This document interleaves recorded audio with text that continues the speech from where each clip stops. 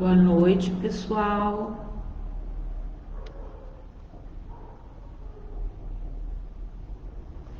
Tudo bem? Boa noite, Rosângela. Eu não estou me vendo hoje aqui, não sei o que mudou aqui nessa configuração, mas eu não estou conseguindo me ver, portanto, não estou conseguindo ver também quantas pessoas estão entrando. Então, por gentileza, se comuniquem comigo aí por meio do chat para eu saber que vocês estão, que vocês já estão entrando. Boa noite, Ana Lúcia, Rosângela. Vamos vendo o pessoal chegar. Realmente não sei, gente. Eu realmente sou uma negação nessa parte. Mudei meu computador aqui hoje especificamente para fazer essa live. E aí, de alguma maneira, alguma configuração aqui não me mostra o vídeo, então eu não consigo me ver e nem ver se a minha imagem tá boa para vocês, se o meu som tá bom, se vocês estão aí, tá tudo bem? Vocês estão conseguindo me ver? Estão conseguindo me ouvir? Se puderem, por gentileza, ir escrevendo. Ah, sim, boa noite. Agora estou vendo várias pessoas aqui. Legal, gente, que bom. Então, sempre que puderem, vão dando um toquezinho aqui no chat, né, para eu poder saber. Ok, vocês estão me vendo. Eu não faço ideia de como estou, não estou vendo nada. Só tem uma câmera aqui na minha frente, mas eu não estou vendo nada. Então, tá bom, queridas. Vamos então começar a nossa live de hoje. Agradeço por você. Legal, Fran, bacana. Se você puder ir fazendo essa gentileza de observar os números e ir me passando, eu te agradeço. Porque sabe quando você se sente às cegas, você não está vendo nada do que está acontecendo? Mas vocês se comunicando comigo por aqui, fica perfeito. O que eu tenho que fazer aqui é falar, não é me ver, certo? Legal. Bom, então vamos lá.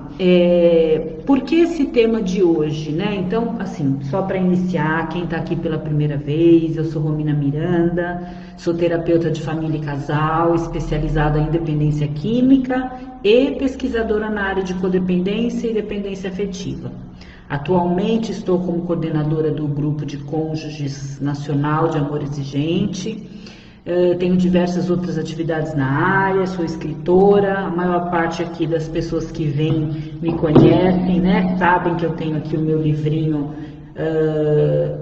Até que a Droga Nos Separe, que acompanha também o guia, que muitas de vocês têm. A gente faz um trabalho sábados quinzenalmente do grupo de estudos desse livro. Muitas pessoas que estão aqui, que participam do grupo, boa noite, Eugênia querida, sabem que o quanto tem sido bacana, né, para nós as descobertas que a gente tem tido nesse grupo.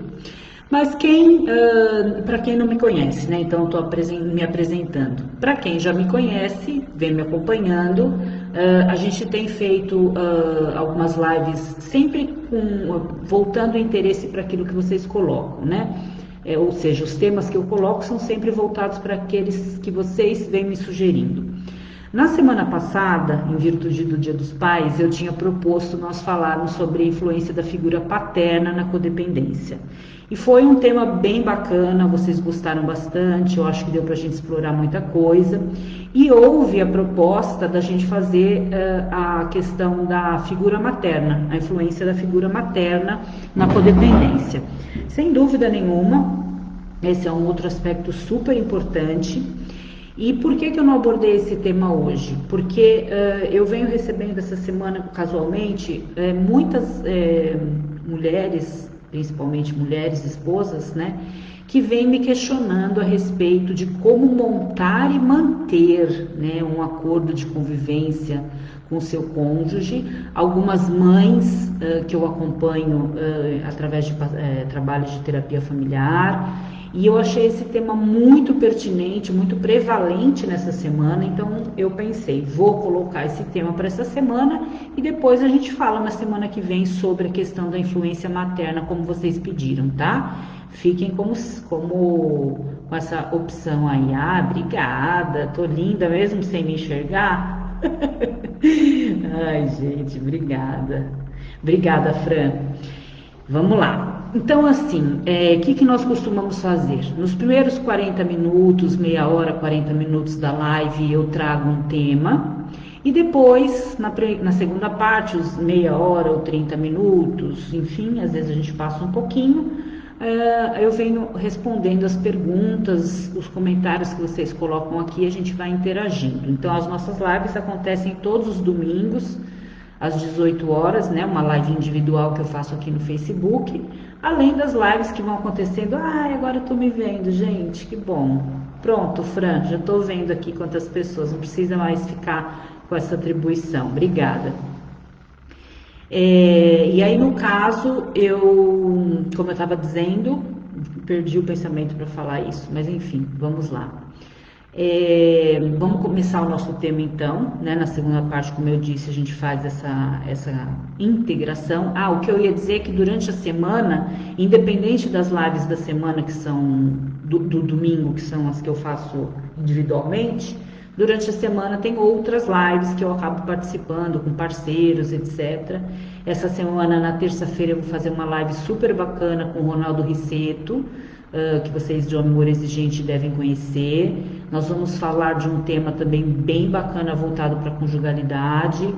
Na quinta-feira, dia 20, eu tenho uma live com uma pessoa do MADA. Acho que vai ser muito bacana também, porque a gente vai poder falar de MADA, 12 passos, amor exigente, cônjuges, 12 princípios. Acho que vai dar para a gente fazer um bate-bola bem bacana. Então, só para vocês saberem quais são as programações dessa semana. E hoje vamos então falar sobre os acordos de convivência. Então, eu pensei em nós dividirmos em duas partes, sabendo que a maior parte de pessoas que estão aqui hoje são cônjuges, até porque foram essas pessoas, né, maior prevalência do tema, do questionamento, né, em relação a como fazer um acordo de convivência com o meu cônjuge que vai sair da comunidade, como fazer um acordo de convivência com o meu cônjuge que está em tratamento, o que eu aceito, o que eu não aceito, enfim, a ideia é essa. E para os pais, sem dúvida nenhuma, a mesma ideia, porém, quais são as diferenças, né?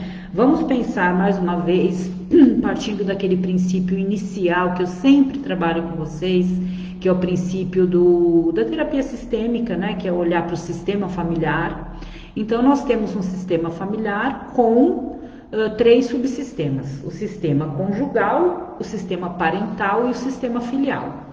Para o sistema parental, fazer acordo de convivência com o filho que está em tratamento é uma coisa. Para o sistema conjugal é outra completamente diferente. Por quê? Porque para os nossos filhos, de acordo com a idade, com a convivência, nós temos alguns trunfos relacionados principalmente ao papel da hierarquia familiar, né? Então, na hierarquia, nós pais temos muitas vezes, estamos detendo a questão financeira, estamos detendo o fato do filho morar conosco, o fato de nós, por exemplo, fazermos a manutenção da faculdade, fazermos a manutenção de vários itens que para eles são chamados, ou nós podemos dizer que são questões relacionadas a perdas, né? Então, quando a gente monta um acordo de convivência com os filhos, o que nós temos que pensar, né? E hoje eu venho fazendo um trabalho bem profundo com algumas famílias da Clínica Jequitibá, a qual eu agradeço sempre a participação, minha querida amiga Nádia, não sei se está aqui hoje, minha colega de trabalho. Nós temos feito um trabalho cada vez mais bacana com as famílias dos pacientes da Jequitibá. E lá nós estamos trabalhando muito a questão dos acordos de convivência, que são o que a família vai realmente aceitar do seu filho o que os pais vão aceitar dos seus filhos quando ele voltar para casa, e o que os filhos têm a propor, né? Porque quando a gente fala em acordo de convivência no que se refere à parentalidade, parece que é só os pais fazerem uma lista de regras e colocarem na porta da geladeira. Mas não é assim que funciona, né? Por quê?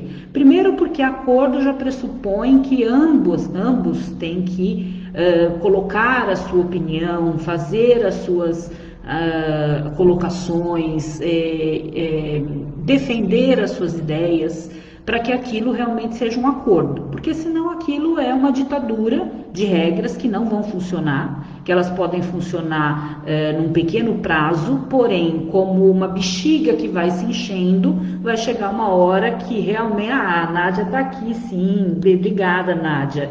Está incrível esse trabalho de acordo com as famílias, é isso mesmo, que bom que você está aqui, Nádia. Então a gente vem fazendo, Nádia, eu e a Nádia, a Roseli, a equipe da Jequitibá, Silvio, Dr. Maurício, Lu, pessoas maravilhosas que eu tenho trabalhado. A gente tem feito um trabalho bem aprofundado com a questão dos acordos de convivência, que é mostrar para a família que a cada vinda do paciente para casa, numa ressocialização, eles podem pouco a pouco ir observando os pontos que eles querem colocar nesse acordo de convivência, já vão apresentando esses pontos para os seus filhos, de forma que quando seus filhos voltam para casa depois de uma ressocialização, eles possam trabalhar com os seus terapeutas os pontos de um acordo de convivência que não ficaram esclarecidos entre ambas os lados, né, o sistema parental e o filial. Para quem não tem necessariamente um filho que esteja numa clínica, mas que está em tratamento ambulatorial, ou está com psicólogo, ou vem frequentando grupos, é possível, né, fazer um trabalho como esse com a ajuda do terapeuta familiar, com a ajuda do psicólogo. Mas qual é a importância, né, do acordo de convivência e para que ele serve? Ele serve justamente para fazer aquilo que normalmente uma família disfuncional que tem a dependência química instalada nunca fez, que foi ter disciplina, regras, limites, acordos e principalmente comunicação honesta. Aqui tem uma pessoa dizendo que a transmissão está horrível, cortando o tempo todo. Eu gostaria de saber se está assim para todos. Se vocês puderem me ajudar, porque para mim tá tudo bem, aqui eu não tenho muito como saber. Se vocês puderem, por gentileza, me dizer como é que está a transmissão. Então, voltando, independente de você estar com o filho numa clínica, num ambulatório, tratando num grupo e etc., a importância do acordo de convivência trabalhar aqueles conceitos que muitas vezes antes do uso da substância, esses conceitos não faziam parte da família. A família nunca soube lidar com limites, com regras, com disciplina, com acordos e principalmente com comunicação honesta. Comunicação honesta é o quê? Eu falo aquilo que eu dou conta de aceitar numa convivência familiar. Eu como mãe, meu marido como pai, meu filho como filho. A outra parte vai dizer aquilo que ela também dá conta. E aí nós vamos entrar num acordo, né? Então, eu preciso... o pessoal está dizendo que está ótimo, então essa pessoa que está dizendo que está horrível, por gentileza, peço para você rever um pouquinho a tua internet, de repente entrar e sair de novo para ver se melhora, porque eu acho que é um problema específico da tua rede, viu, Maria Edna? Então vamos lá, então voltando a essa questão do acordo de convivência, nós vamos então fazer uma lista daqueles comportamentos que nós não vamos mais aceitar e dos comportamentos que nós vamos impor novas formas de interação, vamos propor novas formas de interação, mas que precisamos ter a consciência de que nós vamos ter que ouvir a contrapartida. Acordo não significa eu chegar e fazer uma lista de regras, significa eu colocar aquilo que é importante para mim e eu ouvir com uma empatia o que é importante para o outro. E aí tem uma parte do acordo que são aquelas regras que não são mutáveis, né? Isso eu realmente não aceito e se isso acontecer, a consequência é tal. Muito importante sobre consequências na parentalidade. Você vai dizer para o seu filho que se ele usar drogas ou se ele recair em algum comportamento que está fazendo parte do acordo, aquilo que você está propondo, você tem que pensar antes se realmente o que você está propondo você vai dar conta de fazer, porque senão é melhor você nem colocar isso como consequência. Porque se você propõe e não realiza, você vai estar, na verdade, aumentando o seu descrédito junto ao seu sistema filial, de forma que ele vai se sentir cada vez mais empoderado no sentido de poder continuar com seus comportamentos inadequados e até piorar, né? Até ter comportamentos ainda piores, mais inadequados. Então, como que a gente estrutura? Fazemos uma relação de todos aqueles comportamentos que não aceitamos mais. Aqueles que são inflexíveis, que nós não vamos aceitar de forma alguma, e aqueles que são flexíveis no sentido temporal. Vamos rever a cada tempo esse tipo de acordo, né? Então, daqui a um mês a gente observa se isso está dando certo, a gente vai lá, essas regras são mutáveis. A gente pode modificar essas regras. Não, essas regras são imutáveis, né? Eu não vou abrir mão disso, né? Então, nesse caso, nós estamos falando da parte flexível e da parte não flexível do acordo de convivência. Então, esse é o primeiro ponto que a gente tem que ter em mente. O segundo é que é um acordo, então ambos têm que serem ouvidos, tanto o sistema parental como o sistema filial. Cada um vai colocar fazer a sua defesa, digamos assim, e ambos vão chegar a um acordo daquilo que é possível. E o terceiro ponto são as consequências, né? E muitas vezes as famílias colocam a consequência assim: se você recair, eu vou mandar você direto para a clínica, por exemplo. Porém, antes da recaída final, existem uma série de comportamentos que vão sinalizar essa recaída. E é aí que nós temos que criar consequências. Porque se nós não criarmos consequências para essas pequenas ações comportamentais que vêm antes da recaída no uso, nós estaremos, na verdade, deixando com que vá a situação crescendo e crescendo e fatalmente vai desembocar no uso de substâncias. Então, crie consequências para o uso, sem dúvida, se ocorrer novamente, se é a internação, se é tratamento, se não vai mais conviver com a pessoa. Aí cada um vai criar o acordo de convivência de acordo com o que faz sentido para a sua família. Isso eu acho sempre importante a gente colocar, tanto nas lives quanto nos grupos. Nós temos orientações gerais, né? Nós que somos especialistas ou que estudamos o tema, o que a gente traz para vocês são as orientações gerais, aquilo que funciona numa maior prevalência de acordo com as pesquisas ou de acordo com aquilo que a gente observa em consultório ou observa nos grupos. Mas o funcionamento especificamente desse acordo, ele tem que estar sintonizado com o seu sistema familiar. Não adianta eu dizer para vocês: olha, o acordo de vocês vai ter que contemplar isso, isso e isso, se não tem nada a ver com o contexto da família de vocês. Então, dentro do contexto da família de vocês, o que é viável e o que não é, o que vocês aceitam, o que vocês não aceitam e o que vocês podem efetivamente colocar como consequência.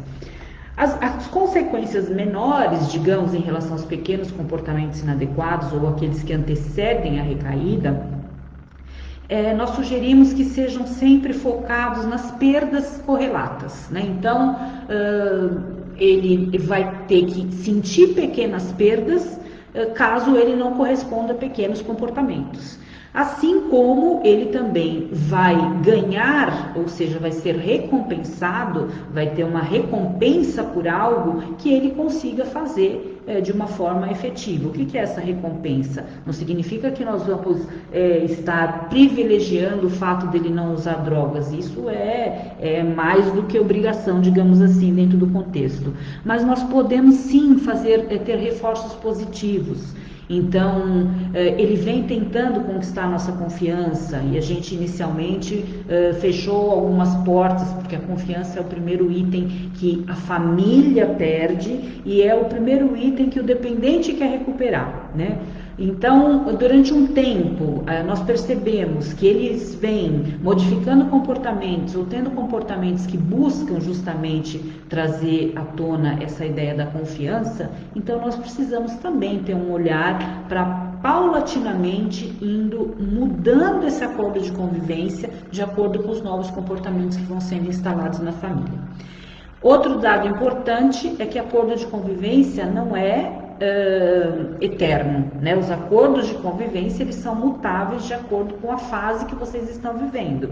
Se é uma fase fora da clínica, dentro da clínica, pós-internação, durante o período de ressocialização ou durante um período de tratamento ambulatorial, de acordo com a idade, de acordo com o que os pais provêm para esse filho, de acordo do que é realmente aquilo que os pais podem efetivamente manejar no sentido de perdas, né? Esses comportamentos, se não alcançados, gerarão quais perdas? E o manejo é esse, né? Isso falando em forma geral na questão de pais e filhos.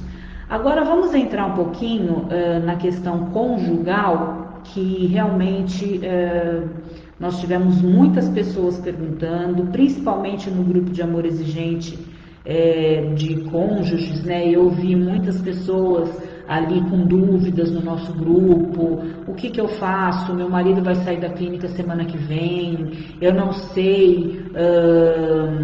Eu já vou responder as perguntas depois da apresentação. Podem ir colocando, mas depois da apresentação eu respondo.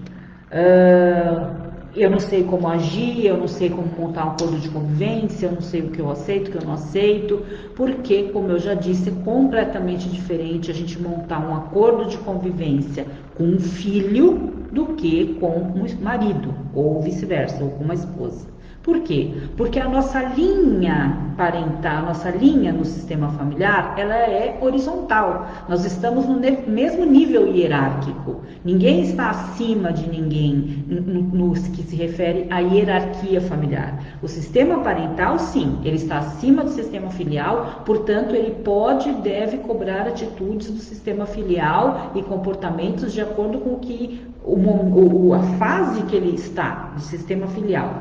Agora, no sistema conjugal, não. Nós estamos numa linha, estamos no mesmo grau digamos, de humanização no sentido de sistema familiar, estamos todos na mesma linha, somos um sistema horizontal e não vertical, portanto, fica ainda mais minucioso o pensar nesse acordo de convivência no seguinte sentido: como é que eu vou colocar regras para o meu marido? Como é que eu vou monitorar o meu marido sem sair do papel de esposa e passar a vivenciar o papel de mãe? E eu acho que aí está o grande X da questão, né? A gente vem conversando bastante nos grupos, etc., sobre a maternalidade que as esposas de usuários acabam desenvolvendo em relação aos seus cônjuges, no sentido de que elas têm um papel muito mais de cuidadora, muito mais maternal do que conjugal. Quando a gente fala em papéis de mãe e papéis de esposa, nós temos uma série de diferenças, né? Inclusive eu estou pensando em, durante a semana, começar a colocar para vocês alguns inputs aqui dentro do Facebook, alguns textos ou alguns posts que remetam ao material que a gente falou no domingo. Então, por exemplo, papel conjugal. Qual é o papel da esposa? Quais são as funções que se espera na conjugalidade? Quais são as principais funções? Não são as mesmas funções que o papel da maternalidade, da parentalidade. Então, quando eu começo a ocupar o lugar da mãe, que é aquela que sim, que tem essa função cuidadora, que tem essa função da exigência do monitoramento constante, do perdoar de uma forma diferente do que é na conjugalidade. Quando a gente entra nesse aspecto, aí é que existe essa inversão de papéis. Então a esposa deixa de ser esposa, deixa de ser parceira, deixa de ser namorada para ser mãe desse usuário. Com isso, as questões sexuais, as questões da própria conjugalidade, as questões dos papéis ficam totalmente disfuncionais, visto que o que eu tenho ali é uma mãe que está cuidando de mim, que está facilitando a minha vida ou a continuidade do meu uso, coisa assim. Então, o primeiro ponto para que as esposas ou maridos possam olhar para a questão da diferença entre acordos de convivência para pais e a questão dos cônjuges, é a questão da maternalidade ou da paternalidade. Nós temos que vivenciar do lado, não na hierarquia vertical, né? Mas sim na hierarquia horizontal. Nós estamos lado a lado dos nossos parceiros e não em uma linha vertical acima ou coisa assim. O que acontece é que muitas vezes nas relações conjugais em que existe a dependência química, existe um dos membros, que é o membro que não faz uso de substâncias, que acaba se colocando num papel de superioridade, no sentido de que eu sei mais porque eu sou o que não usa drogas, eu sei mais porque sou eu que mantenho a casa, eu detenho poder porque eu tenho uma responsabilidade financeira maior, eu detenho poder porque você usa e eu não, eu detenho poder porque eu trabalho e você não. Isso que vai fazendo com que essa conjugalidade passe a ter esse formato vertical e por isso vem a disfunção, né? Você vai dizer, mas se eu mantenho a casa, se eu pago as despesas, é claro que eu tenho exigências a fazer, sem dúvida nenhuma. Mas o que nós estamos colocando aqui é o quanto esse papel, no sentido de cobrança em cima dessa realidade, que pode ser uma realidade pontual e não que seja uma realidade ad eterno, né? Então, meu marido está desempregado e eu estou trabalhando, ou eu ganho mais que meu marido, aquilo vai fazer com que eu tenha uma superioridade, então eu já saio do nível da conjugalidade saudável e passo a exercer uma influência de superioridade que vai acabar realmente sendo disfuncional para o casal. Mas enfim, aí a gente já está entrando numa outra esfera. Vamos voltar um pouquinho para a questão dos acordos de convivência, né, que são as maiores dificuldades aqui colocadas. Então vocês, mulheres que vêm me chamando, vêm escrevendo, vêm dizendo que os maridos estão internados e que vocês não sabem como começar a pensar nessa questão do acordo de convivência. Então, em primeiro lugar, por que é importante quando o seu cônjuge vai a tratamento, seja numa clínica, numa comunidade, seja no grupo de apoio, seja no psicólogo, seja no CAPS, por que é importante que quando ele inicia o tratamento dele, você inicie o seu?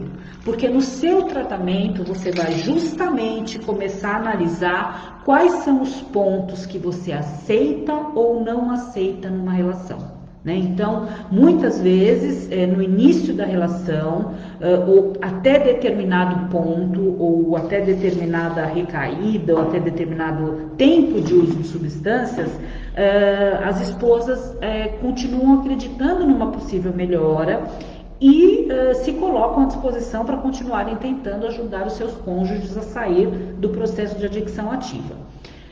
O que você vai fazer no grupo de apoio? O que você vai fazer na terapia? Você vai descobrir em que ponto você está. Qual foi o sonho ou o ideal de relacionamento que eu tracei para mim? O que eu espero de uma relação conjugal?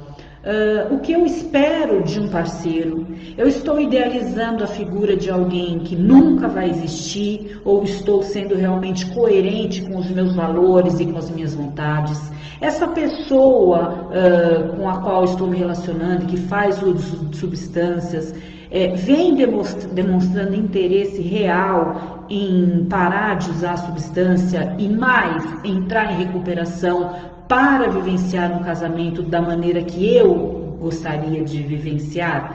Porque, gente, não basta a pessoa parar de usar. Quando a pessoa para de usar, aí sim que vai iniciar o processo de recuperação.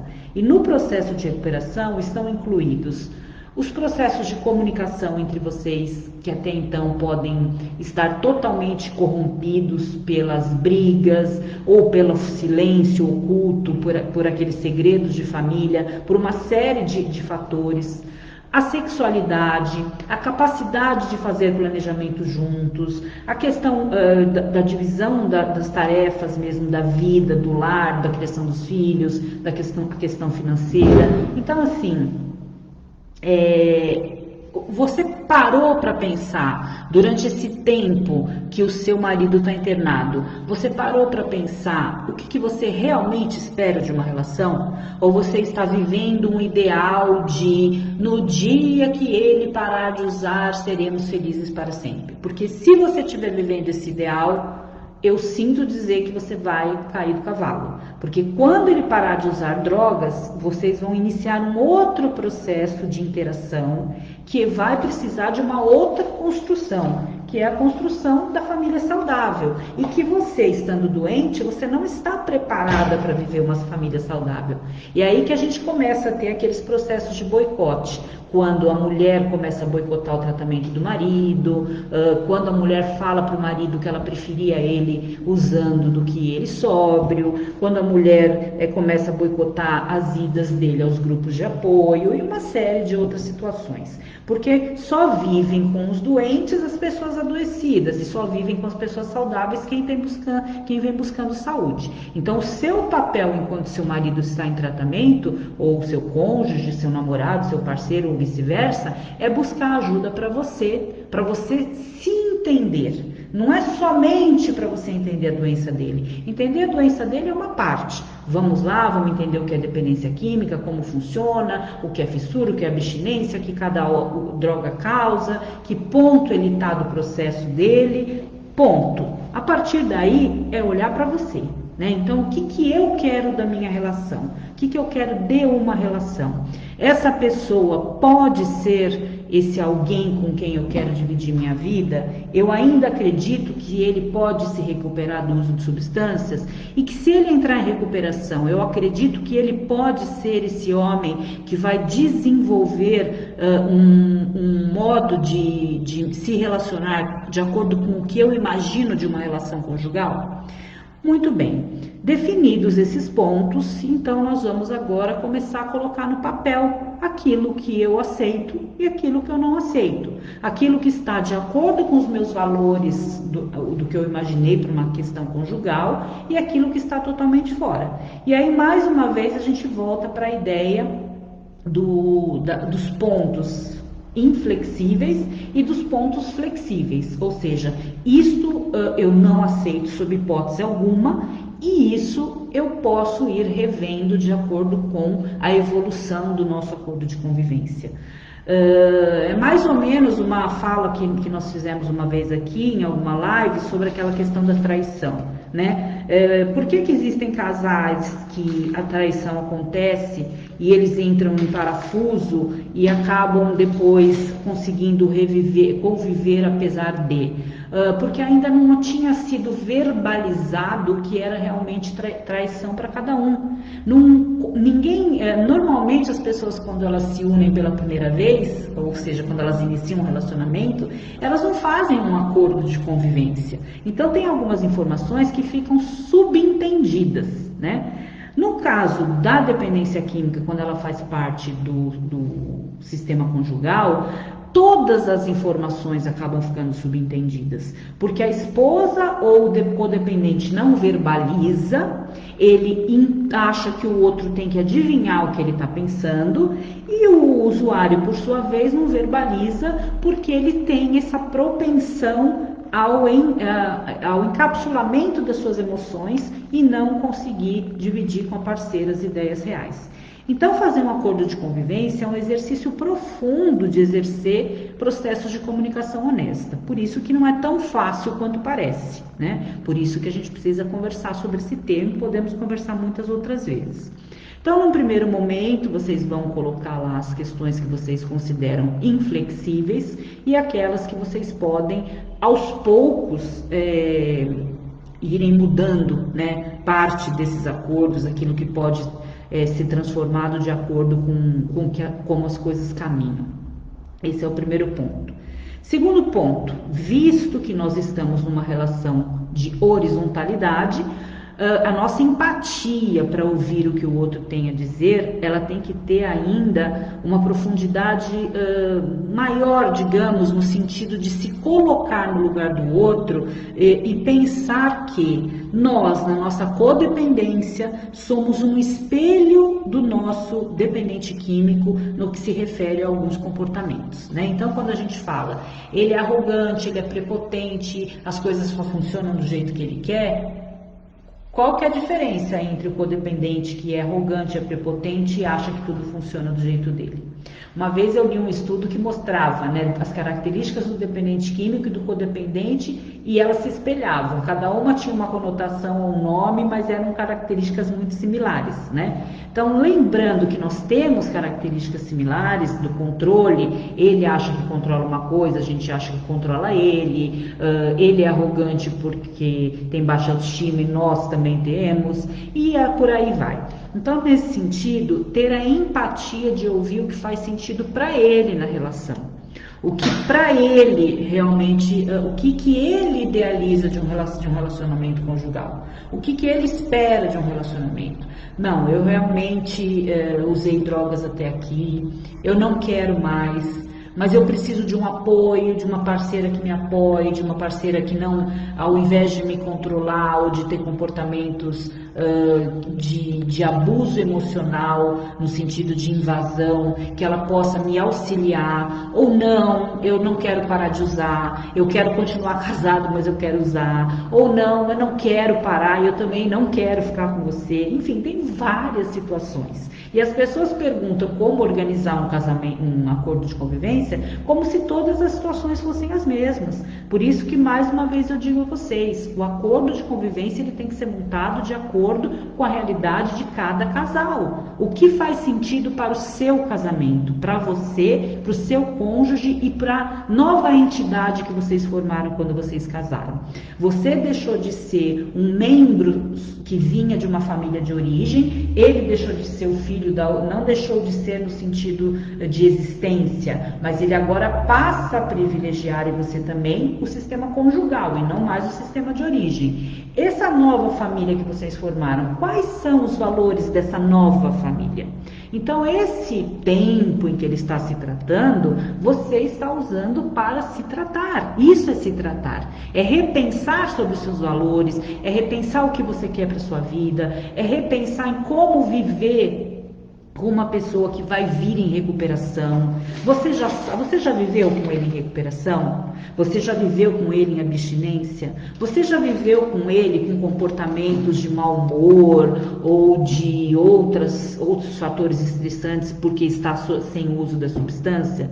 Você já viveu com ele em recuperação? Você está disposta e pronta a viver com alguém em recuperação? Você está disposta e pronta a viver com alguém que está suscetível a ter recaídas? Você está disposta a conviver com alguém que pode ter comorbidades associadas à questão da dependência química? Então, é uma análise, é um aprofundamento em si de tudo aquilo que você se propôs a viver numa relação conjugal, né?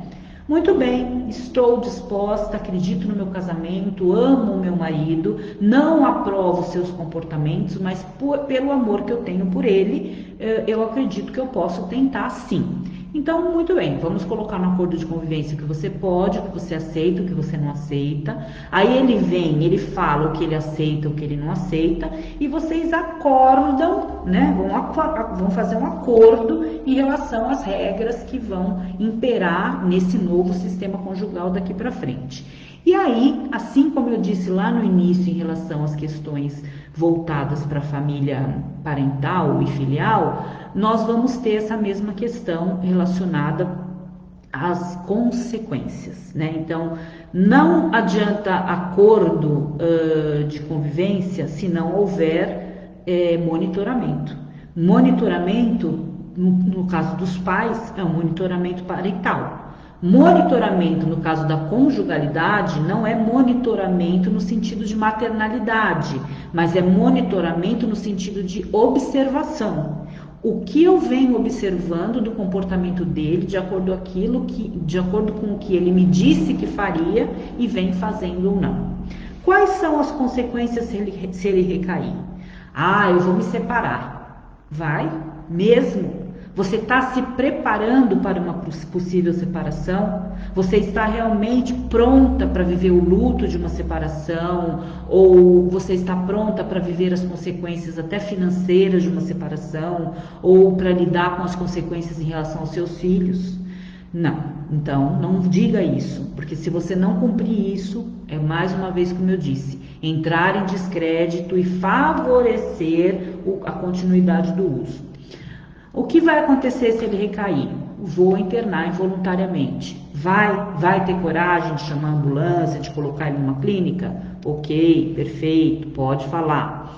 O que vai acontecer se os seus pequenos comportamentos não corresponderem àquilo que nós combinamos? Vamos começar a trabalhar então com as pequenas perdas. O que é importante no casamento de vocês? O que para ele é importante? O que para você é importante? E aí, da mesma forma, a gente começa a olhar para as consequências em relação às perdas, as pequenas consequências em relação às perdas menores, né? É fácil montar acordo de convivência? Não.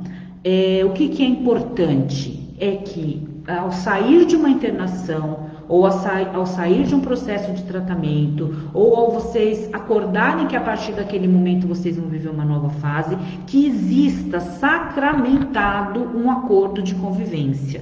Porque se não houver, mais uma vez nós vamos estar entrando num patamar de relações sem verbalização, sem comunicação. Isso precisa ser comunicado verbalmente. Muitos casais, muitas vezes, e isso eu posso dizer por experiência própria pelos casais que eu atendo, eles precisam às vezes da intermediação de um terapeuta de família, de um terapeuta familiar, para que eles possam conseguir entrar num acordo de convivência que faça sentido para os dois. Porque se não fizer sentido, nós estaremos só prometendo verbalmente para que a gente possa resolver aquela situação naquele momento. Aquela ideia que a gente fala dos panos quentes. Vamos pôr panos quentes para fazer que está tudo bem, mas logo aqui eu já dou uma escorregadela e a intenção não é essa. A intenção é que essa comunicação faça realmente sentido para os dois, que aquilo que seja acordado tenha real importância para cada um dos membros, comprometimento um com o outro,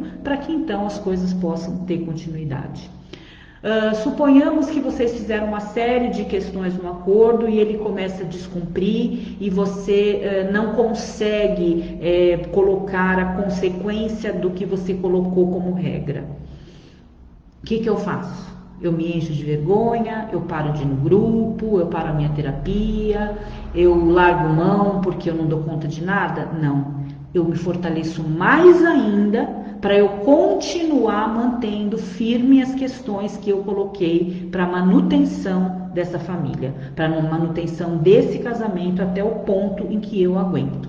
O ponto em que eu não aguento mais, eu vou ter que lidar com o quê? Com o luto de uma separação, com o luto do fim de um casamento, com o luto, muitas vezes, da questão da idealização de um sonho, né? Ninguém casa para separar.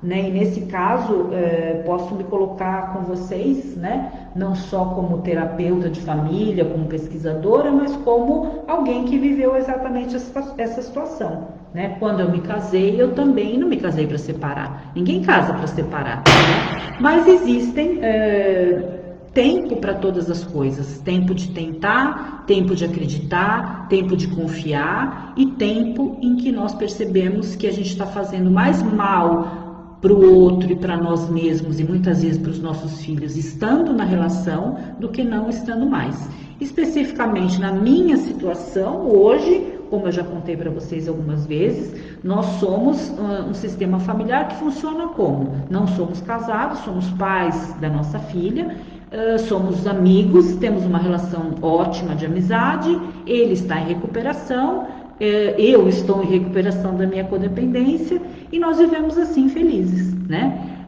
Mas para outras pessoas que eu conheço existem histórias diferentes. Então o que eu quero deixar de recado principal aqui para vocês nessa live de hoje é que não é fácil montar acordos de convivência, mas que para que ele faça sentido, ele tem que fazer sentido para a família de vocês. Não adianta buscar regras gerais, né? A gente pode buscar ensinamentos experiências, pesquisas, mas aquilo tem que fazer sentido para vocês, certo? Bom, antes de eu partir para as perguntas, porque eu já extrapolei mais do que eu tudo aqui, falei 45 minutos sem parar, eu queria aproveitar mais uma vez a oportunidade para falar para vocês sobre o projeto Laços, que eu já apresentei para vocês na semana passada, falei para vocês dele na live que eu fiz com o Gabriel Mori, falei para vocês deles no domingo passado, tenho divulgado nas minhas redes, e nós já estamos com a turma quase fechada para o início no sábado que vem. Esse curso, Projeto Laços, é um curso teórico-vivencial. O que é isso? Nós vamos ter 8 aulas, são 2 meses de aula, todos os sábados, com 2h30 cada aula pela manhã. Quem não puder participar ao vivo pode assistir, as aulas serão gravadas e disponibilizadas para os membros que fazerão parte do curso, mas é claro que, sendo um curso teórico-vivencial, quanto mais você puder estar presente, mais a oportunidade de interagir nas atividades vivenciais que nós teremos. Então, nós teremos teoria sobre codependência conjugal, teoria sobre padrões de relacionamento, vamos fazer trabalhos para voltar à nossa família de origem, para entender de onde veio o nosso padrão de codependência, vamos falar de criança interna, de feridas internas, de como acolher a criança interna, de como mudar ciclos de relacionamento. Então, enfim, tem uma série de questões aí que a gente vai trabalhar nesse curso de 2 meses. Quem tiver interesse em participar, como eu estou dizendo, a turma está quase fechada e é uma turma pequena. Eu não vou trabalhar com um número grande porque é um curso teórico vivencial e eu quero que quem esteja possa realmente viver o curso, e para isso eu não posso manejar centenas de pessoas numa aula, né? Tem centenas de pessoas. Então, quem quiser, quem tiver interesse, quiser participar, vou colocar aqui o e-mail que vocês devem mandar para obter informação. Curso Projeto Laços@gmail.com, tá? Vocês me mandam um e-mail, eu envio a programação. Existem valores específicos para quem é meu seguidor, para quem participa das minhas lives, e eu tenho certeza que se vocês tiverem interesse, vocês vão ter um conteúdo bastante denso para trabalhar as questões relacionadas à codependência conjugal, não somente para as pessoas que vivem com dependentes químicos, mas também para as pessoas que vivem com dependentes não químicos, mas que têm outras compulsividades, e também não somente para as pessoas que estão no relacionamento, mas para as pessoas que já viveram esses relacionamentos e que gostariam de não repetir esses padrões. Esse é o objetivo do curso Projeto Laços, que começa no sábado que vem, dia 22 de agosto, e vai até dia 10 de outubro. Então vamos lá, vou começar a responder as perguntas. A primeira que aparece aqui para mim é Nádia, Ângela, Lúcia, Eloá, Maria Luísa Pazeto, Fabiola. Estou dando boa noite para vocês, viu?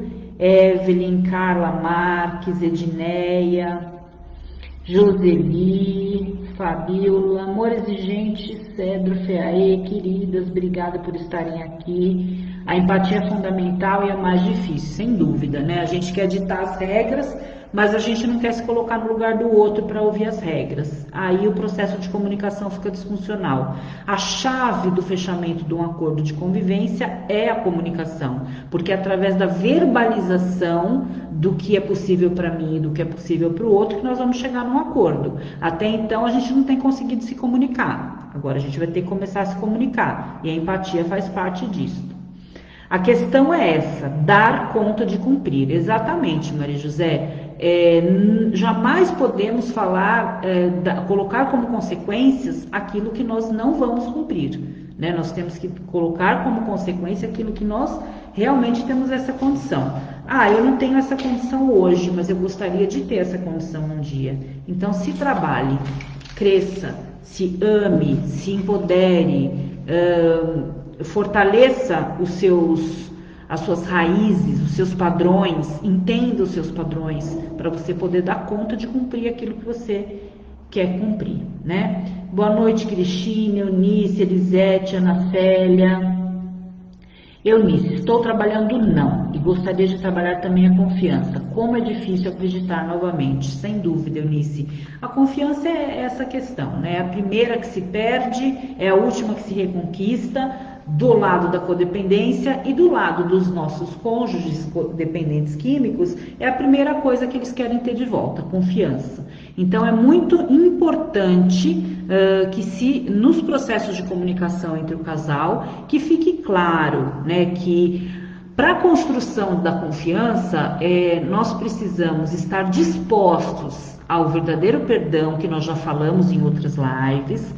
Porém, nós precisamos estar dispostos a não trazer o passado em toda a comunicação que a gente trabalha no presente. Senão, a gente vai viver trazendo passado e não vamos sair desse ciclo viciante nunca. Inês Lourdes, que tipos de recompensa? Não entendi. Recompensas de reforço positivo, Inês. Isso a gente chama de manejo de contingência, ou seja, quando eles de alguma maneira começam a ter comportamentos positivos, nós, da nossa parte, podemos começar a flexibilizar algumas regras. Isso é recompensa. Não é recompensa financeira, nem recompensa que muitas famílias às vezes querem presentear os seus entes queridos por mérito de ter melhorado em algo. Não é isso. Recompensa no sentido de flexibilização de regras, flexibilização de itens que fazem parte do acordo e que vão então ter mais, podem ser aspectos reforçadores positivos. Maria José de Tatuí, recompensa entre cônjuges? Sim, reforço positivo, né? O que é reforço positivo, gente? Como nós nos desacostumamos a elogiar? Como nós esquecemos da importância do reforço positivo como incentivo à autoestima necessária para as nossas relações? Os dependentes químicos e os codependentes estão normalmente com a autoestima baixa. E como é importante que um incentive o outro no que se refere à recompensa no sentido do reforço positivo. Não é recompensa tipo, você fez isso, então essa noite vai ter sexo. Não é isso. Eu tô dando risada porque uma vez alguém me perguntou isso. Eu tô fazendo,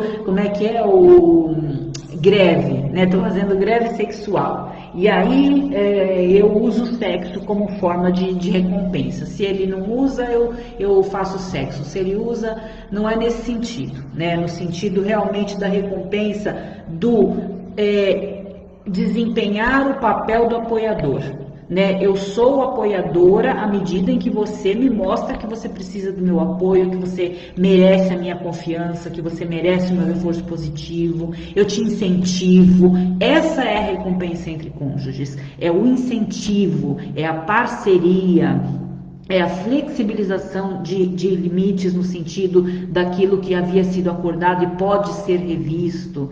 É reforço positivo, gente. Isso é recompensa na conjugalidade.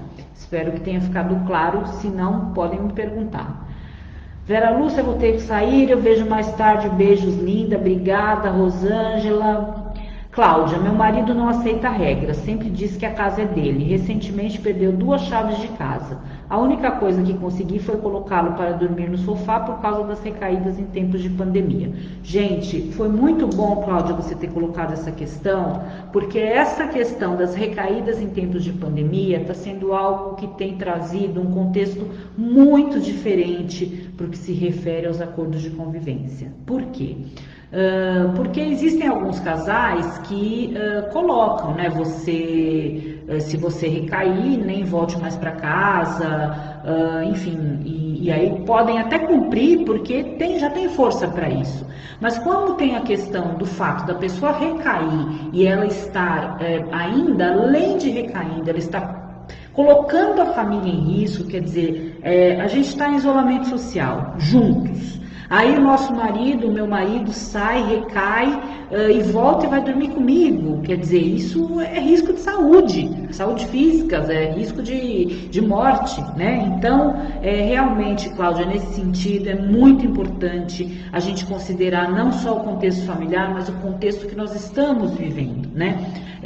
Recaída hoje de um casal que vem vivendo a quarentena ou o isolamento social juntos, ela tem um peso mais forte ainda. Na verdade, não é nem dormir no sofá, na verdade ele teria era que ficar num outro ambiente até ser confirmado após os 14 dias se realmente ele não se contaminou, né? Mas nós voltamos aí para mais uma questão, né? Mulheres que às vezes não têm condições de, por exemplo, se manterem sozinhas, então eu não tenho condições financeiras de sair de casa, então ele recaiu e eu não quero mais ficar com ele, eu vou embora de casa, mas eu tenho condições financeiras para isso, eu tenho para onde ir.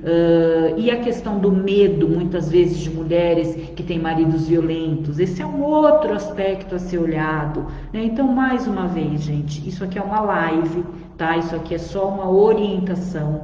É muito importante que vocês contextualizem a vida de vocês, o momento que vocês estão vivendo, o perfil do cônjuge de vocês, o que ele aceita, o que ele não aceita e o que vocês aceitam ou não, né? Porque conviver com uma pessoa que não aceita regras, como faz, Cláudia? Você aceita tudo, né? Até quando você vai aceitar tudo? O que você está disposta? Você já parou para pensar em tudo isso? Valéria, boa noite. Li, como confiar em um adicto que é terapeuta, fica limpo só quando está trabalhando? Fora de lá, arruma milhões de amantes, fica em uso e alcoolismo. Ganha 1.000, gasta 3.000. Exemplo. Minha pergunta é, adicto ama alguém? Li, mais uma vez, em alguma outra live alguém perguntou, adicto ama alguém? Adicto na adicção ama droga. Ou, não é que ele ama a droga, ele coloca a droga em primeiro lugar na vida dele. Esse é o adicto que não está em recuperação. Adicto em recuperação é aquele que foi desintoxicado dos efeitos das substâncias, mas entrou em contato com seus sentimentos, trabalhou os seus sentimentos, ressignificou suas dores e é capaz de amar sem dúvida alguma. Agora, quando você cita essa questão de que é terapeuta e que fica limpo quando está trabalhando, fora de lá, arruma milhões de amantes e fica em uso e alcoolismo, ganha 1.000, gasta 3.000, isso não é recuperação, né? Na verdade, é uma manutenção de um papel do terapeuta para manter um emprego que possa lhe dar condições de manter o seu uso, mas um terapeuta, ele não está em recuperação, ainda mais sendo um terapeuta, né? Que tipo de terapia ele vai poder fazer com os seus pacientes, se nem ele está em recuperação. Então isso é muito sério, né, Li? Vamos pensar um pouquinho nessa questão de que ama alguém sim, desde que ele esteja em recuperação. Áurea, oi, estou atrasada, minha querida Romina, mas está aqui. Obrigada, Áurea, querida. Cássia, boa noite. Liliana de Maceió, tá aqui, que saudade de você, da lua, do céu, do sal de Maceió. Quando será que poderei voltar para essa cidade maravilhosa? Meu Deus do céu. Beijão para você. Silvia Inês Delgado, você está certa. Quando deixei de exercer esse papel maternal, meu marido pôde se responsabilizar por coisas que antes eu não confiava que ele conseguiria assumir. Grata ao AE e ao Grupo São José dos Campos. Isso mesmo, Silvia.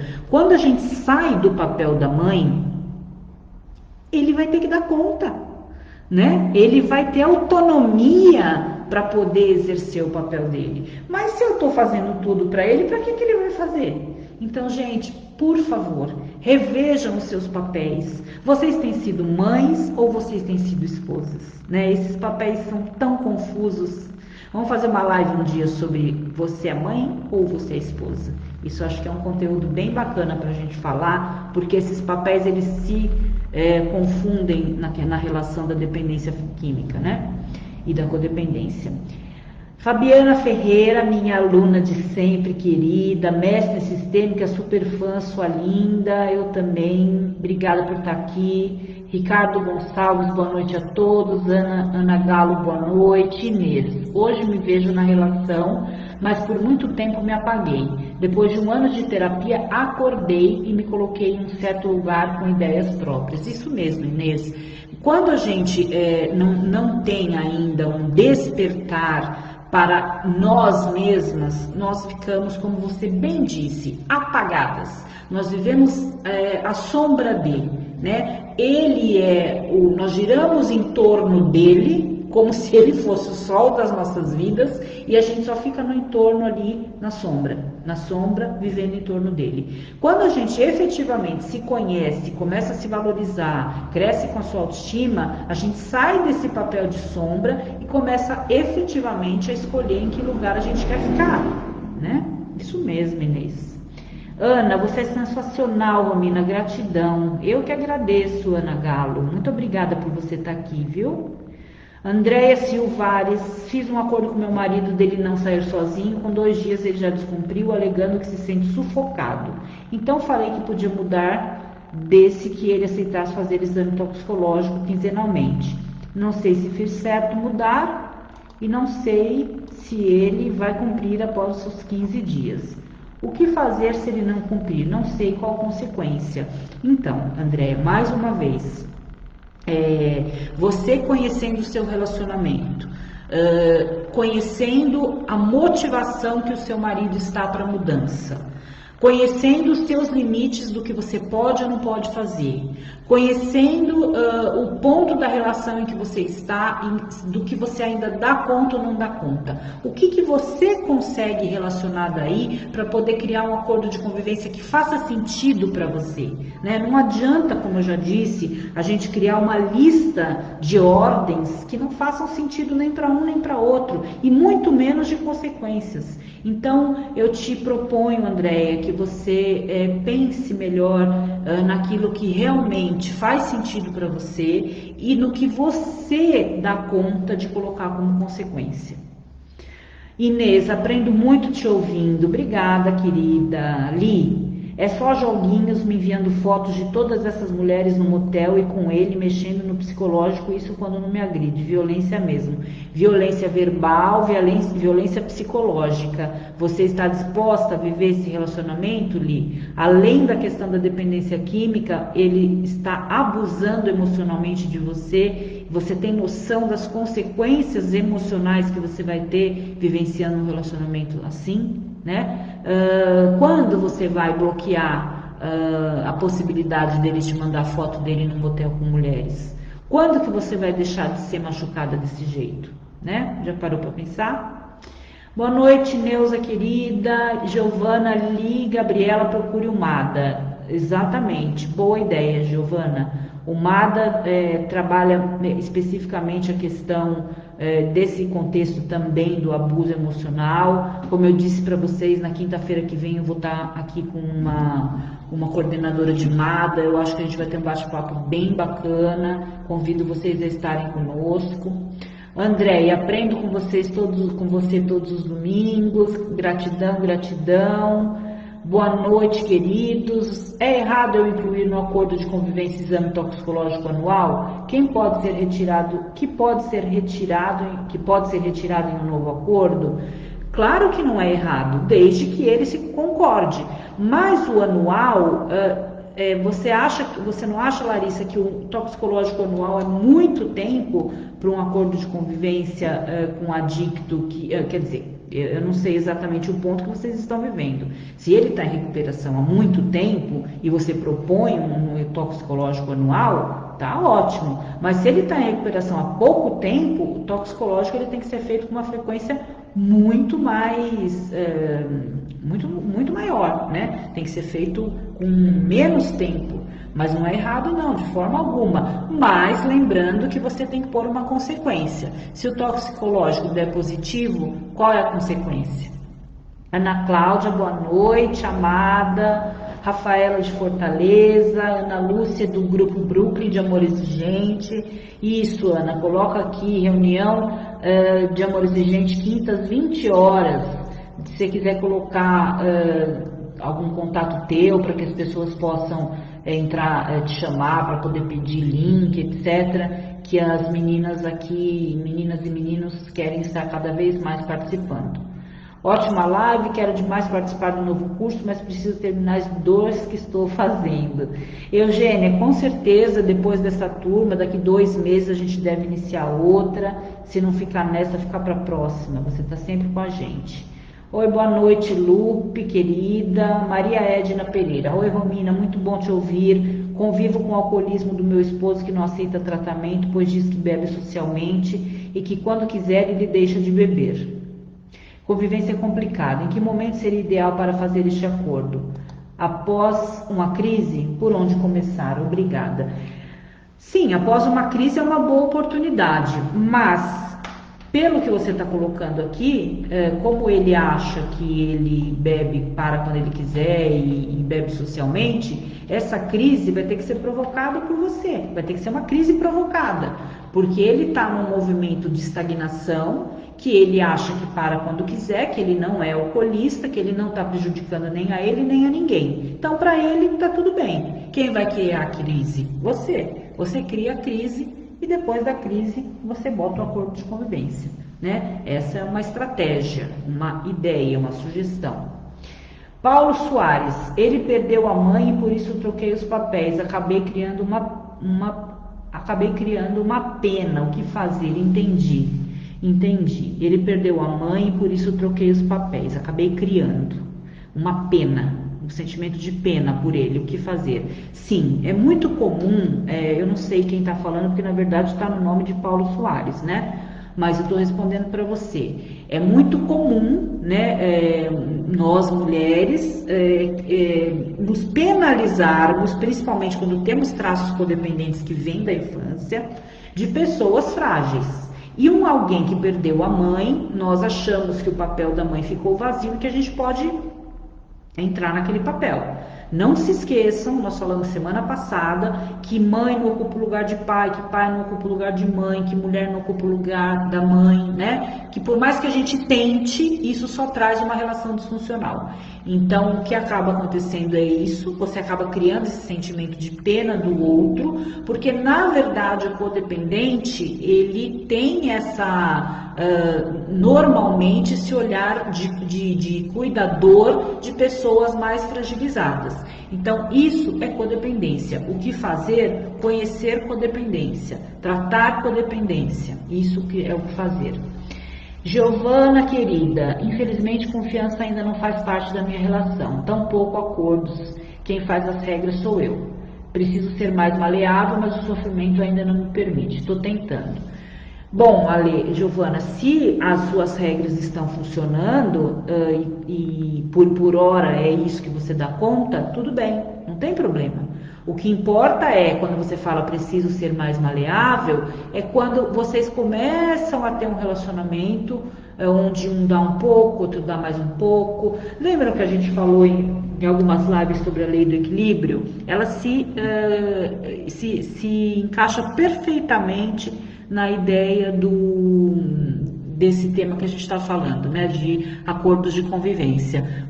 Se eu faço demais pelo outro, o outro não tem como me retribuir. Então, vamos pensar um pouquinho nas leis da lei sistêmica do equilíbrio, que nós falamos já uma vez. Difícil é quando o companheiro se priva de escutar ou até mesmo de ser ajudado, assim não levando em consideração o sofrimento da família. Meu marido particularmente fala que clínica para ele é spa ou férias. Muito difícil acreditar em uma pessoa dessa. Normalmente quando a pessoa enxerga dessa forma é porque ela ainda não entende, né, a questão do que realmente é um tratamento real de uma clínica que está disposta a fazer esse trabalho, né? E que realmente ele também não está interessado nisso nesse momento.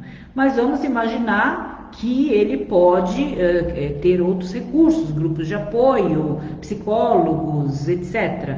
Mas o que mais me preocupa na tua fala é que você diz que ele se priva de escutar e de ser ajudado. Então, quer dizer, você está oferecendo algo que ele não está querendo, né? Então, até quando, né, você vai ficar oferecendo algo que ele não quer? Edna, esclarecedor, obrigada. Inês, obrigada. Agora entendi a questão da recompensa. Que perfeita essa colocação, Rosângela. Não sei qual, mas que bom ouvir isso. Ed, nessa live vai ficar disponível? Sim, todas as lives que eu faço aos domingos ficam sim. Isso, a Fran já está respondendo. Sim, Maria Ivoneide também gostaria de saber se essa live ficará assim. Sempre fica, gente, todas, tá? A questão de estar presente é que vocês podem fazer perguntas, podem interagir, e é muito bom ter vocês aqui, né? Mas sim, fica. Elisete, bom tema, mãe ou esposa. Vamos fazer, Elisete. Codependência conjugal, você é mãe ou é esposa? Preciso do endereço onde peço o livro até que a droga nos separe. Eu vou colocar aqui, é o site rominamiranda.com.br, tá? Ali você encontra o livro e o guia. Comprando o livro e o guia, que é o kitzinho, você pode participar com a gente do nosso grupo de estudos gratuito, que acontece a cada 15 dias, para que a gente possa juntos ir crescendo aí no olhar da autopercepção da codependência. Ok, Cláudia? Eu estou tentando achar o lugarzinho aqui para eu poder escrever o site, mas ele está tão perto do encerrar o vídeo ao vivo que eu tenho medo de escrever e acabar encerrando esse vídeo, viu? Então, vou responder para você. Ai, meu Deus, será que eu consigo depois voltar? Sim. Vamos lá, Cláudia. Não vou arriscar. O site rominamiranda.com.br, tá? Deixa eu voltar aqui que caiu, um monte de gente subiu aqui. Vamos ver, endereço, Eunice. E como a mãe tem que deixar de ser mãe? O meu adicto é meu filho. Não, isso é totalmente diferente, Eunice, né? Mãe não deixa de ser mãe, mas a mãe pode ser uma mãe com uma maternalidade saudável e não com uma maternalidade permissiva, com uma maternalidade não exigente, né? Que é a mãe de amor exigente. Esse é um outro aspecto, né? O que a gente fala do papel da esposa é que quando ela se põe no papel da mãe cuidadora, ela deixa de ser esposa, não no sentido de como esposa posso sair a qualquer momento que está tudo acabado, não é isso, mas no sentido do real papel dela, de que ela está lá para que o homem seja autônomo. Ele não é filho dela, ele é marido, né? Mas no seu caso, Eunice, quando você fala e como deixar de ser mãe, não vai deixar de ser mãe, só vai ter que mudar o teu relacionamento com o seu filho em termos de exigência, em termos de permissividade, etc. Respondendo para Edna, eu também perdi o início, mas foi bom você perguntar, vou assistir a live toda, foi fantástica, ela é fantástica, foi a Áurea que me lembrou. Obrigada, Ana querida. Hoje, depois de várias reuniões de cônjuges, tive esse despertar que nada muda se eu não mudar. Ai, que despertar maravilhoso, Inês. Esse é o despertar. Nada muda se eu não mudar. Obrigada, Inês. Eugênia, também aprendo muito com você. Gratidão. Obrigada, Eugênia. Elizabeth, gratidão. Aprendo com você. Fabiana, querida, até que a droga nos separe. Livro muito bom, adorei. Foi demais, foi uma numa recuperação, eu aprendi demais mesmo, feliz, beijo, que bom, Juliana, obrigada de você estar aqui. Só gratidão por ter encontrado comigo mesmo assim, hoje já consigo separar o que não é meu, exato. Separar o indivíduo da doença e me separar do indivíduo emocionalmente, desligamento emocional, já falamos disso várias vezes, né, Áurea? Erivone, boa noite, sou de Hortolândia, sou codependente, estou trabalhando para manter minha palavra quando digo não é não, pois agora estou pensando mais em mim porque ele não toca no assunto da dependência química, não admite que precisa de ajuda e estou me dando conta e caindo na real que ele precisa crescer com as suas responsabilidades. Estou no grupo de cônjuge do AI há uns 45 dias e já estou me sentindo mais forte para lutar pela minha recuperação. Te admiro muito, Romina, sou sua fã e estou aprendendo muito. Obrigada, Erivone, é isso mesmo. Quando você começa a entender que ele precisa assumir o papel dele, é quando você começa a ter o teu despertar como indivíduo também, né? Já compartilhei o link para assistir inteira, vou ter que anotar passo a passo, até parece que ouviu a vossa conversa e conhece o caso do qual falávamos, está respondendo para outra pessoa, né? Karina, boa noite, é minha primeira vez por aqui, Romina, estou adorando, as meninas do Grupo Amor Exigente Veracruz aqui de Recife me indicaram participar dessa live. Meu adicto é meu marido, teve 3 recaídas em menos de 1 ano. A convivência é complicada, pois falta confiança. Não consigo deixar ele sozinho quando está em casa, pois acho que a qualquer momento ele pode voltar ao uso. Então, Karina, que bom que você está aqui, seja muito bem-vinda. Obrigada às meninas de Recife que vêm divulgando, trazendo novas pessoas. Karina, o papel de ter que monitorar se ele fica sozinho ou não para uma esposa é muito complicado, né? A esposa, ela é parceira, ela tem que caminhar lado a lado, ela tem que permitir que ele tenha autonomia, que se ele recair é a escolha dele, que não é o fato de você ficar do lado dele em casa que vai impedir ele recair. Se ele quiser recair, ele vai recair de qualquer jeito, né? Então, aos poucos, você vai se empoderando dessas ideias, você vai assimilando esses conceitos e vai conseguindo melhorar nesse sentido, mas é muito complicado, né? Não consigo deixar ele sozinho, quer dizer, como é a sua vida? Erláurea, Paula, gratidão Romina, tem me ajudado muito para lidar com o alcoolismo do meu marido, criei coragem para enfrentar o problema e me posicionar como esposa e não como mãe. Muito bom, querida, é isso mesmo. Teófilo Otônio, Minas Gerais. Ana Galo, aê, ela está deixando o contato dela aqui. Muito legal, Ana Galo, porque todo mundo quer participar de mais reuniões de AE, mas às vezes as nacionais não tem mais espaço, e saber que tem outros grupos é muito importante. Para mim, acordo com dependente químico não faço, quero ver mudanças de atitudes. Não faço acordo com meu filho, não cumpre, logo perdeu minha confiança. Dito as regras, certo? Amor Exigente, Cedro Feaí, é muito bom ouvir você sempre, você é fantástica, obrigada querida, sempre muito enriquecedor, gratidão, gratidão, fica disponível sim. Amor Exigente colocou meu site, a Su também, obrigada, Ivoneide, obrigada meninas, olha quantas assistentes. Ele é arrogante, nojento, impossível, egocêntrico, se sente o melhor das pessoas, o mais bonito, único, desconfio que é índole é narcisista, sim, exatamente, né? Existem comorbidades associadas à dependência química e o narcisismo é uma delas, né? O narcisismo é um transtorno de personalidade que inclui essas características que você está falando. Claro que a gente não pode afirmar, porque a gente não fez uma avaliação, mas pelo que você está falando, Li, tem muitos aspectos e você sabe que a convivência com o narcisista é extremamente devastadora, tá, Ali? Se cuida. Eunice, estou relendo Até que a Droga Nos Separe, muito enriquecedor. Eunice, vem para o nosso grupo de estudos aos sábados, você vai gostar. Romina, alguém que propõe a outro que se propõe a cumprir. Peraí. Romina, alguém que propõe e outro que se propõe a cumprir. Acordo de convivência tem que servir aos dois? Sim, né? Tem que servir aos dois, exatamente. Mais uma vez aquela questão nossa da codependência, né? Nós ditamos as regras e eles obedecem. Gente, cada um tem uma visão do que funciona na sua família.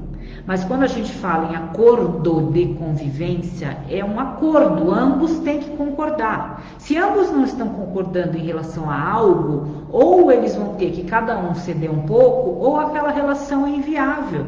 Porque não existe uma relação funcional onde existe um ditador e um oprimido, né? Um dita e o outro obedece. Isso não é relação funcional.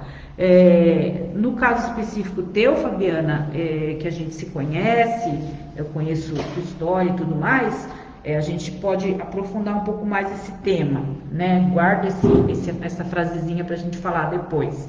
Mas sim, o acordo de convivência, ele exige a comunicação honesta entre o casal para que eu possa dizer, eu dou conta disso eu não dou. Se isso acontecer, vai acontecer aquilo. Mas não existe acordo de convivência sem comunicação. Entendeu? Eliane Figueiredo, é ali, né? Ele não cumpre o que diz, é mentiroso, não age com o que se compromete, não tem atitudes, blá, blá, blá, blá, blá. Você escreveu só blá, blá, só blá, blá, só fala e não cumpre. Eli, Precisa pensar um pouquinho em você, né? É isso que você quer para você? Grupo Cedro FEAE, o Grupo de Amor Exigente de Mato Grosso, tem muita gratidão pela sua disponibilidade em compartilhar conhecimentos. Muito obrigada, queridas. Estive com vocês num grupo, foi muito legal, muito enriquecedor também para mim, aprendendo sempre. Larissa, meu esposo está internado e sai essa semana para a ressocialização. Pedi para ele pensar o que ele precisa mudar para dar certo e eu farei o mesmo e assim, isso mesmo, Larissa.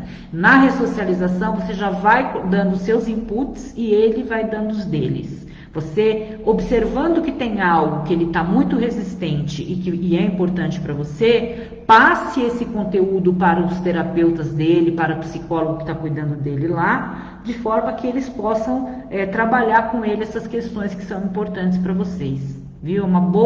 A ressocialização, ela serve não só, gente, para eles virem para casa e estarem com os familiares matando saudades. A ressocialização é uma época de reconstrução e acordo de convivência feito em ressocialização é perfeito. Ana Galo, respondendo para a Edna Rosa, sim, vamos combinar um dia e fazermos um dia de estudo. Ela é fantástica. Temos um grupo de estudo, Ana Gala, aos sábados, um grupo de estudos do livro Até que a Droga Nos Separe, viu? Se vocês quiserem vir participar, serão muito bem-vindas. Obrigada, minha linda, sim, é devastador, estou me cuidando. Que bom, Eliane, eu fico feliz de saber que você está se cuidando, porque tudo que você está dizendo aqui hoje, eu creio que você está sofrendo muito com essa relação. Obrigada, gratidão. Boa noite, Romina. Realmente a recaída na época de Covid tem um risco aumentado, por isso ou interno ou sai. E hoje me vi falando com sogra que eu não tenho que intermediar a fala dela com ele. Isso, eu lembro da tua história, Mariana.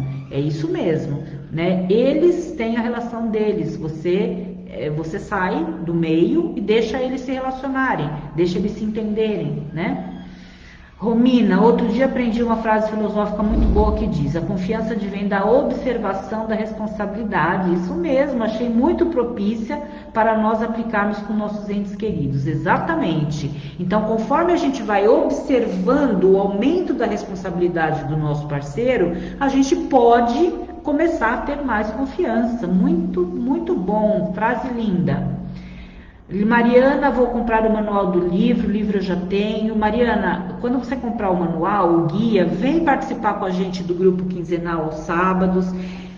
O grupo de estudos do livro Até que a Droga Nos Separe, gente, ele é um grupo de autoconhecimento. Nós trabalhamos questões relacionadas à nossa individualidade em relação à codependência. Então é muito bacana, eu tenho certeza que quem está gosta muito e quem não está vai gostar muito de conhecer. 19h20 e a mulher não para de falar, né? Por causa de vocês. Mas vamos lá, vamos então finalizar a nossa live de hoje. Eu agradeço muito a presença de vocês e mais um domingo. Domingo que vem vou trazer um tema entre os quais esses que vocês vêm propondo aqui, a questão de papel de mãe e esposa, a questão de o impacto da codependência da mãe, né? Ah, preciso ser narcisista, sei, seja, viu? Narcisista é uma coisa, egoísta é outra. Andréia, comprei o seu livro, mas não comprei o manual, como fazer? Ele vende avulso também, Andréia, você pode entrar no site que você encontra ele avulso. O guia é legal, por quê? Porque ele tem mais de 250 perguntas reflexivas para autoanálise, tem alguns exercícios que a gente faz que são realmente muito profundos para a gente reconhecer nossos padrões familiares. Então é só vocês entrarem no meu site que vocês vão conhecer, viu? Boa noite, Giovana querida, você vai fazer o curso do Projeto Laços com a gente, né? Eu já vi tua inscrição.